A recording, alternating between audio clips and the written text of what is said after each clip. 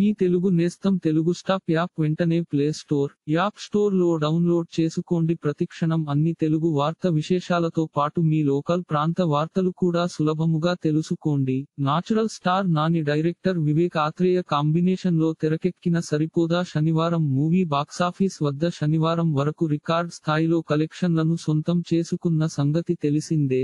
గత 24 గంటల్లో ఈ సినిమాకు సంబంధించి ఏకంగా 2 లక్షల టికెట్లు అమ్ముడయ్యాయని సమాచారం అందుతోంది. అయితే రెండు తెలుగు రాష్ట్రాల్లో ఎడతెరిపి లేని వర్షాలు సరిపదా శనివారం కలెక్షన్లపై తీవ్రస్థాయిలో ప్రభావం చూపుతున్నాయి. స్కూళ్లకు సైతం సెలవులు ప్రకటిస్తున్న నేపథ్యంలో చాలామంది థియేటర్లలో సినిమా చూడాలని ఉన్నా వెనక్కి తగ్గుతున్నారు. రాష్ట్రంలో వర్షాలు తగ్గి సాధారణ పరిస్థితులు ఏర్పడితే మాత్రమే సరిపోదా శనివారం సినిమాకు ప్లస్ అయ్యే అవకాశం ఉంది. ఆగస్టు 2 హాలంతా తేదీన థియేటర్లలో ఈ సినిమా విడుదల కాగా పెద్దగా పోటీ లేకుండానే రిలీజ్ కావడం ఈ మూవీకి ప్లస్ అయింది.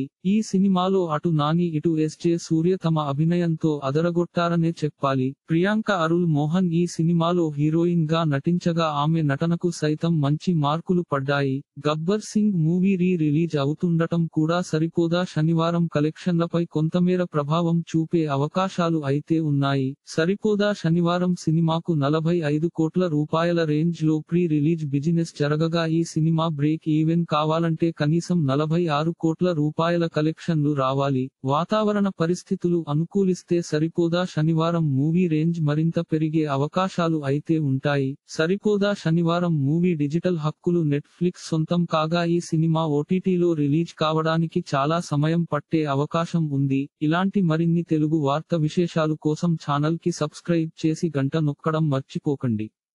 ఈ వీడియోని తోటి మిత్రులకి షేర్ చేయండి. మీ అభిప్రాయాన్ని కామెంట్ లో తెలపండి.